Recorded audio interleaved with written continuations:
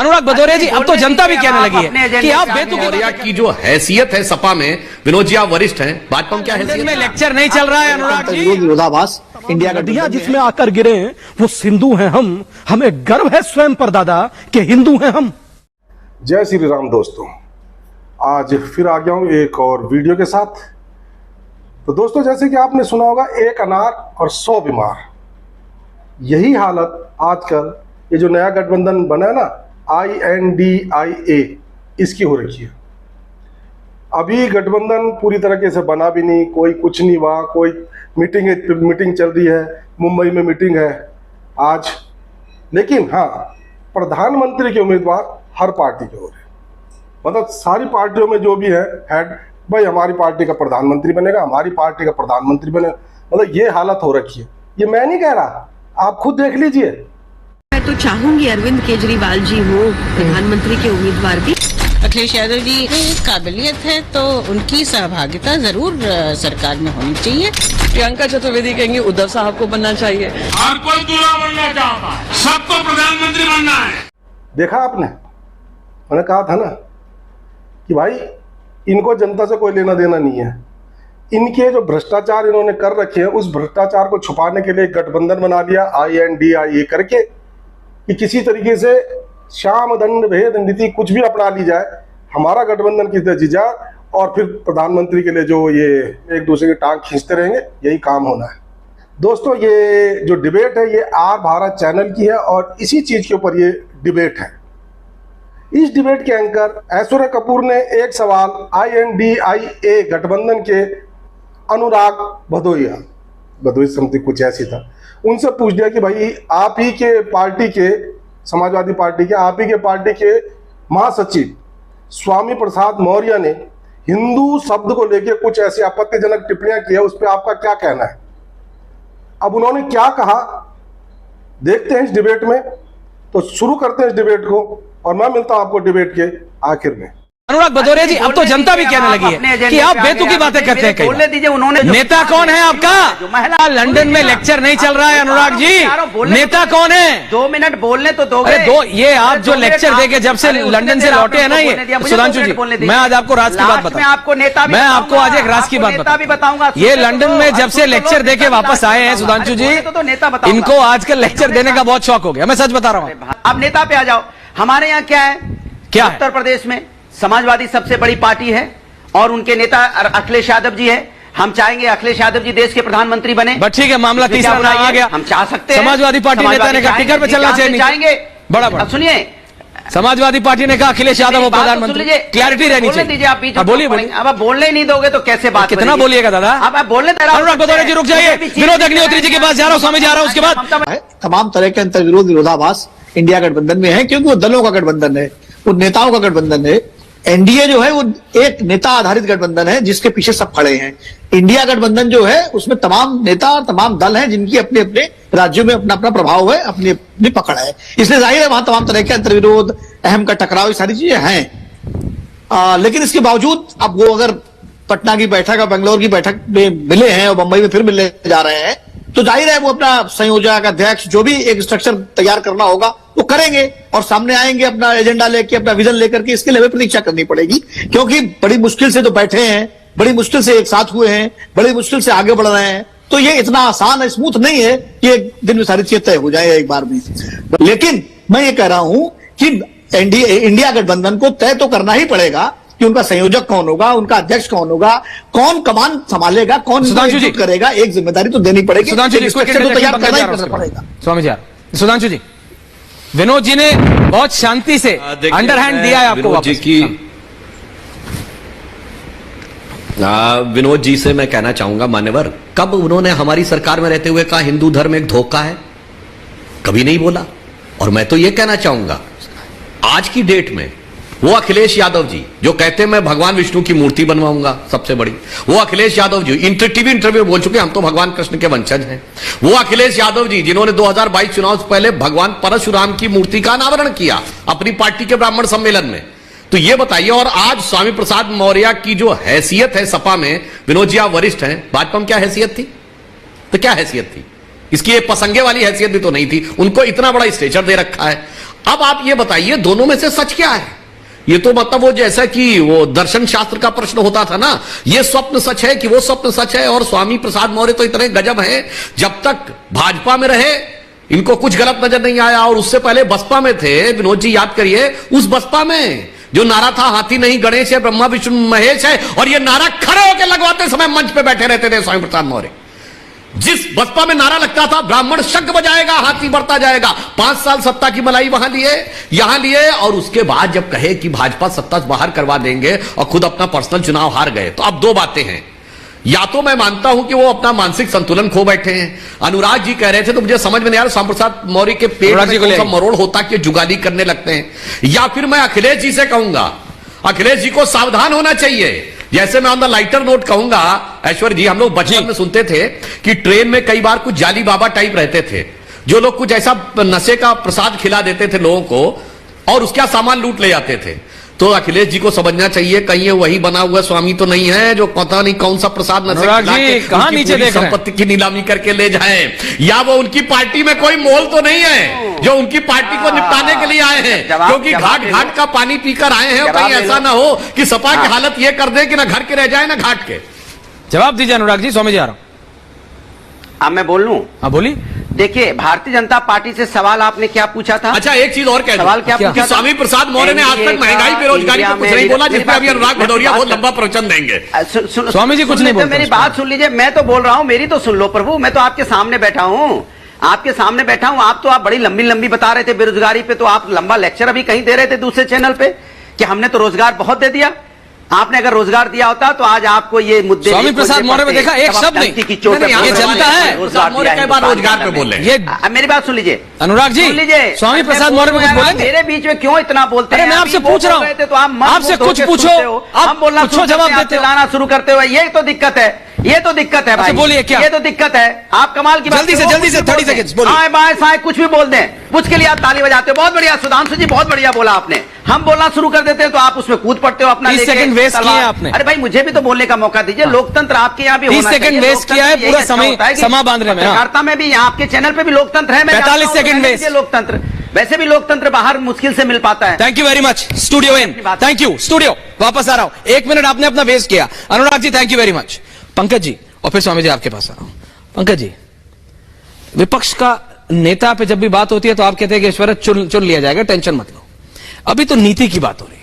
स्वामी प्रसाद मौर्य पे नहीं बोलना चाहिए कि किसी भी विपक्ष के नेता को कि इस तरह का बयान क्यों देने की जरूरत है? किसी भी धर्म, किसी वजह, ये क्या हो रहा है? अब स्वामी प्रसाद मौर्य के बयान पर तो मैं कोई टिप्पणी नहीं करूंगा।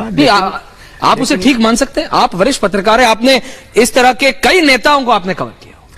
लेकिन हिंदू धर्म है या हिंदू जीवन पद्धति है, जीवन दर्शन है, इसके बारे में अलग अलग राय है। मैं नहीं मानता कि स्वामी प्रसाद मौर्य ने जो कहा है कि हिंदू धर्म है ही नहीं, हिंदू नाम की कोई चीज नहीं है, मैं इससे असहमत हूं।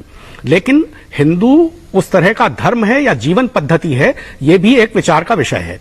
रह गई बात इंडिया समूह के राजनीतिक दलों की, तो सुधांशु जी ने 3 बातें कही कि एक तो इनके पास नेतृत्व नहीं है, दूसरा इनके पास नीति नहीं है, तीसरा इनके पास नीयत नहीं है।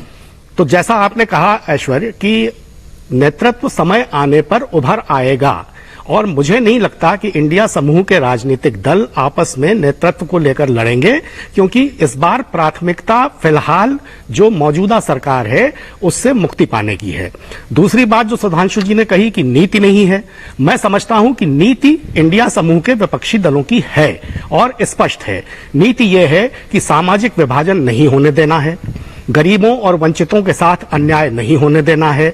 जो 9-9.5 साल से एक सरकार चल रही है, ज्ञानम न शीलम न गुणों न धर्म वाली, उस सरकार को हटाना है। स्वामी जी, सुधांशु जी आ रहा हूं वापस। आई नो आप काउंटर करना चाह रहे हैं, लेकिन स्वामी जी मैं ऐश्वर्या बाबू इस बात का उत्तर देना कदाचित उचित नहीं समझता, क्योंकि मैं समझता हूं कि एक शब्द यूज किया विक्षिप्त जैसा ना, यह वाकई ही विक्षिप्तता की पराकाष्ठा है। मैं समझ नहीं पा रहा हूं कि अब से 1 हफ्ता पहले का शायद बयान था ब्रिटिश प्राइम मिनिस्टर का कि मैं हिंदू हूं। यूएस में अमेरिकन राष्ट्रपति पद की उम्मीदवार कहती हैं Tulsi Gabbard, I am proud Hindu. Swami Vivekananda कहते थे मुझे गर्व है हिंदू होने पर। और देश के पूर्व प्रधानमंत्री हिंदू तन मन, हिंदू जीवन, रग रग हिंदू मेरा परिचय। और मुझे तो वो पंक्ति याद आती है, तमाम नदियां जिसमें आकर गिरे वो सिंधु हैं हम, हमें गर्व है स्वयं पर दादा कि हिंदू हैं हम। और हिंदू शब्द का जिक्र या हिंदू शब्द के बारे में मुझे बहुत कुछ कहने की आवश्यकता नहीं है। ऋग्वेद का बृहस्पति आगम इस बात का प्रमाण है, हिंदू स्थान होने का, हिंदुओं का स्थान होने का। और छोड़ दीजिए, पढ़ते लिखते नहीं है, सुमेरु तंत्र पढ़िए, अब से नहीं, बहुत प्राचीन ग्रंथ है, उसमें कम से कम नहीं तो 10 बार जिक्र है हिंदू शब्द का। उससे आगे बढ़ता हूं, मुझे दुख इस बात का होता है कोई एक व्यक्ति इस व्यक्ति की गलत बात को गलत कहने को तैयार नहीं है। लोग कहते हैं हम बोलेंगे नहीं इस पर, क्यों नहीं बोलेंगे भाई? और मेरा प्रश्न कोई स्वामी प्रसाद मौर्य से नहीं है, ना ही मेरा प्रश्न कोई अनुराग भदौरिया से है, मेरा कोई उनसे प्रश्न नहीं है। मेरा प्रश्न अखिलेश यादव जी से है, उस गठबंधन से है जिसका यह हिस्सा है। क्या हिंदू वाकई इस देश में एग्जिस्ट नहीं करते? क्या हिंदू कोई मतलब औचित्य ही नहीं रखता, या हिंदू जैसा शब्द कोई मान्य नहीं रखता? आपसे पहले आपके विद्वान लोग आकर जो कह गए वो मिथ्या था। क्यों बांटना चाहते हो भाई? कि जो स्वामी प्रसाद मौर्य ने कहा वो गलत है? कोई नहीं, ये सब प्रधानमंत्री बनना चाहते हैं, नीतीश कुमार से ममता बनर्जी, अरविंद केजरीवाल से अखिलेश यादव, लेकिन कोई नहीं स्वामी जी। मैं कह रहा हूं कि सारे प्रधानमंत्री बन जाइए, मगर क्या हिंदू एग्जिस्ट करता है या नहीं? यक्ष प्रश्न ये है, क्या हिंदू इस देश में सम्मान का पात्र है या नहीं? क्या हिंदू होना इस देश में गुनाह है, अपराध है? बार बार सर ला करके हिंदू को अपमानित कर देना, हिंदू आतंकवाद कहकर अपमानित कर दीजिए। कभी आप कह दीजिए कि हिंदू कोई धर्म ही नहीं है। क्या है सर हिंदू? कोई तो बताए क्या है हिंदू? कोई बोलने को तैयार नहीं, एक शब्द कोई बोलने को तैयार नहीं। मतलब कि देश की 80 करोड़ आबादी को अनाथ छोड़ना चाहते हैं, अनाथ छोड़ना चाहते हैं सर। और सब एक तरफ से बोल रहे हैं, मैं समझ रहा हूं कि जब खामोशी रजामंदी हो जाती है तब तुष्टीकरण की सियासत बहुत गंदी हो जाती है सर, बहुत गंदी। दीजिए जिसको सम्मान देना है, 80 करोड़ लोगों का तो अपमान मत करिए सर। सुधांशु जी, विनोद जी आ रहा हूं, उसके बाद सरवर साहब बोले नहीं, मैं आ रहा हूं आपके पास। देखिए, स्वामी दीपांकर जी की पीड़ा को समझते हुए भी मैं स्वामी प्रसाद मौर्य के बयान को एक दृष्टि से उचित बता रहा हूं, क्योंकि उसकी मीमांसा अगर करिए तो वो इंडिया गठबंधन के राजनीतिक दृष्टि का बयान है। बिल्कुल सही है, इंडिया गठबंधन के लिए हिंदू धर्म नहीं है, क्योंकि हिंदू में जाति है, ब्राह्मण है, ठाकुर है, वैश्य है, जाट है, गुजर है, यादव है, दलित है, कुर्मी है, बहुत साफ है, यानी जिसके विरुद्ध स्वामी जी लड़ रहे हैं। और बाकी एक बताइए, मुस्लिम जो है वो धर्म है और अन्य जो है वो धर्म है, मतलब उनकी बहुत क्लियर स्ट्रेटजी है। और आप देखिए गाहे बगाहे एक लंबे समय तक भारत जी प्लीज वेट, आ रहा हूं, भी, यहां तक कि मैं आक्षेप नहीं करना चाहता हूं, मीडिया भी जिस समय लिखता है तो हिंदू परसेंटेज ऑफ वोट नहीं लिखता है, जातियों का परसेंटेज ऑफ वोट लिखता है, फिर लिखता है मुस्लिम इतने प्रतिशत। तो स्वामी प्रसाद मौर्य जो बोल रहे हैं वो सपा की राजनीति के हिसाब से बोल रहे हैं। उनके लिए हिंदू की कोई औकात नहीं, कोई हैसियत नहीं, जातियों में बांटकर उसमें से कुछ टुकड़े लेने हैं। अभी पंकज जी, और देखिए वो किस सीमा तक जाना है, चुप रहना तो छोड़िए। पंकज जी ने क्या बोला श्लोक, ज्ञानम न शीलम न गुणो न धर्मा। पंकज जी आगे की लाइन क्या थी, ते मर्त्य लोके भविभार मनुष्य रूपेण मृगाश्चरंती, यानी पशु बना दिया हम लोगों को, यानी इन्होंने कहा कि बता हम लोगों को पशु के तुल्य लाके खड़ा कर दिया। मान्यवर, मैं इसीलिए कहना चाहता हूं, याद रखिए जो स्वामी जी ने पीड़ा व्यक्त की है रामधारी सिंह दिनकर की, याद रखिए वह पंक्ति कि समर शेष है नहीं पाप का, भागी केवल व्याध, जो तटस्थ है समय लिखेगा उनका भी अपराध। तो जब इस ढंग के अपराधों पे तटस्थ रह के भूमिका निभाई जाती है तो वो प्रकारांतन से उन अपराधों का समर्थन होता है, याद रखिएगा। और कालचक्र की गति ने दिखाया है। Vinod ji multi now, Vinod ji. नहीं, मैं चूंकि मुझे जाना भी है ऐश्वर्या जी, मैं खाली 2 बातें कहूंगा संक्षिप्त में। एक तो स्वामी जी की जो पीड़ा है उससे मैं अपने को संबद्ध करता हूं निश्चित रूप से, और हिंदू धर्म की प्राचीनता और सनातन धर्म की जो संस्कृति है उससे किसी को कोई एतराज नहीं। लेकिन अभी भगवान श्री राम का जिक्र किया सुधांशु जी ने, मैंने पहले भी प्रश्न पूछा था, संजय निषाद पर क्या स्टैंड है आप लोगों का? वो तो आपकी पार्टी में, सरकार में साथ में है, गठबंधन में भी है, जिन्होंने भगवान श्री राम के जन्म पर सवाल उठाया और लगातार सरकार में है।